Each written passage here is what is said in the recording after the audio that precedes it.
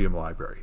The point is, all these old systems have various weaknesses and defects, and they have invented newer systems to fix them, but they get complicated, and Sodium is intended to be the library to make it easy to use the latest and newest systems. So new software should pretty much all be using Sodium. Although a lot of people prefer to use the old system because they're meeting government compliance regulations. I mean, that's the thing. The classical stuff has been considered good enough all this time, and then people will know what you're doing.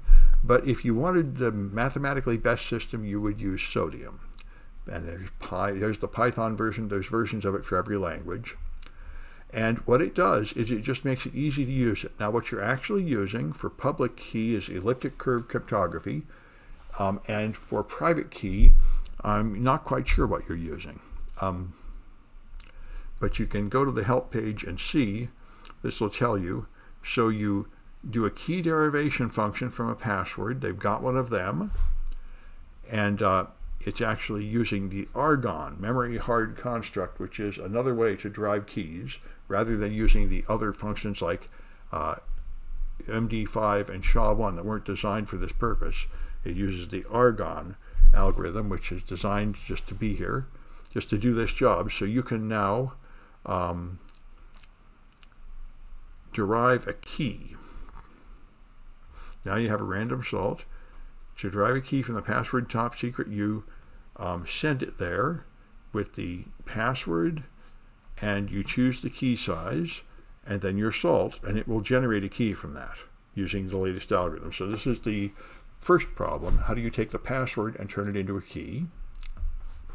And then to encrypt a message, you take that key and you encrypt it. Now, you would normally use AES before, but now you use whatever the recommended algorithm is in Sodium, and so it encrypts it and gives you a mob of unreadable binary junk, and you can decrypt it, and it'll take you back to the original. So that's it gives you all the functions you need, and it shows the length of the key and all the parameters to be the recommended values. You don't have to worry about that. And you can base64 encode this stuff if you like, another way to move it. So that's private key encryption with Sodium. And then there's public key encryption with Sodium, which does do it with the ECC. And by the way, if you want to have a good time, this video from Akan is very funny. It is, this guy talks about all the huge problems with RSA. There are like a bunch of situations in which RSA fails. Certain prime numbers are no good.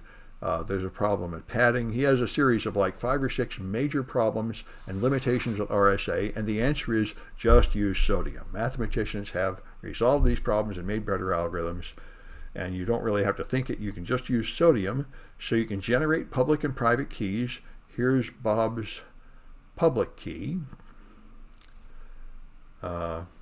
And then you have Alice. Here is Alice's public key. And then you can encrypt it. And you do that with the box function. You take the plain text and you encrypt it. You put it in a box, that's what they call it. And you can decrypt it from the box. So you can do everything you need to do, but it is all mathematically better than the older algorithms. And there's a couple of challenges here. So that's what I wanted to show you about Sodium.